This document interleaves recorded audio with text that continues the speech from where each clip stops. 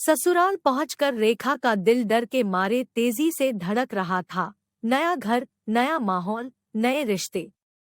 कैसे रहेगी वो? रह रहकर उसे अपनी सहेली कविता की बात भी याद आ रही थी। रेखा, यूपी वाले बहुत तेज होते हैं, खासकर वहाँ की सासें तो बहुत ही दकियानूसी, तानाशाह और लालची होती हैं।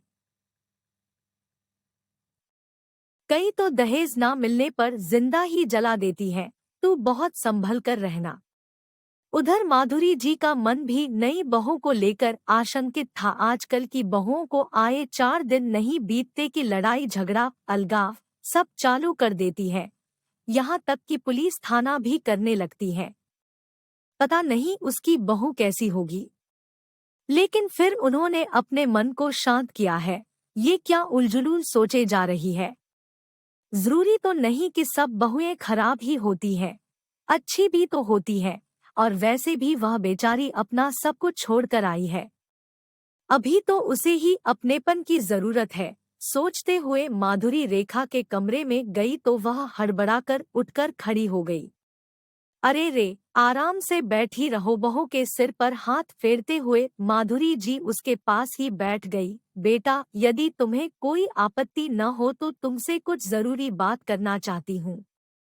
जी जी कहिए, रेखा धीरे से बोली। जानती हूँ कि तुम्हें डर लग रहा होगा कि ससुराल वाले कैसे होंगे, घर का माहौल कैसा होगा, है ना? ये स्वाभाविक है। मैं भी जब ब्याह कर आई थी तो मुझे भी बहुत डर लगता था। लेकिन तुम बिल्कुल नहीं डरना, मैं हूँ तुम्हारे साथ। पर जैसा तुम्हें लग रहा है, ऐसे ही मुझे भी डर लग रहा है कि पता नहीं मेरी बहू का स्वभाव कैसा होगा। अब तक तो मैं अपने मन का काम करती हूँ, घर के सभी सदस्य शांति से मिलजुल कर रहते हैं, लेकिन अब सब कुछ बदल ना जाए। इनको डर लग रहा है, और वो भी मुझसे। रेखा ने आश्चर्य से देखा तो माधुरी मुस्कुरा दी। हाँ बहू, जब एक ही माँ से पैदा हुए दो बच्चों के स्वभाव भिन्न भिन्न होते हैं, तो फिर तुम तो अलग ही परिवेश से आई हो। इसीलिए हमें एडजस्ट करना होगा। यानी हम दोनों ही को। उसके हाथों को थामते हुए वह दृढ़ शब्दों में बोली, यदि तुम्हें मुझसे कभी या किसी भी तरह की शिकायत हो तो बेझिझक बताना, मैं उसे सुधारने की पूरी कोशिश करूंगी। लेकिन हाँ, इसी तरह मैं तुम्हें बताऊंगी।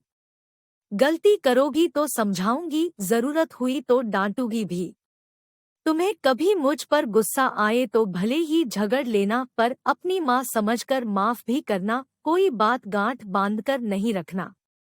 एक बात और, मैंने बेटे को भी हमेशा यही समझाया है कि पति हो या पत्नी, यदि किसी एक को गुस्सा आए तो दूसरा शांत हो जाए, तभी जिंदगी की गाड़ी अच्छे से चलती है, वरना जर्क लगने में देर नहीं लगती है।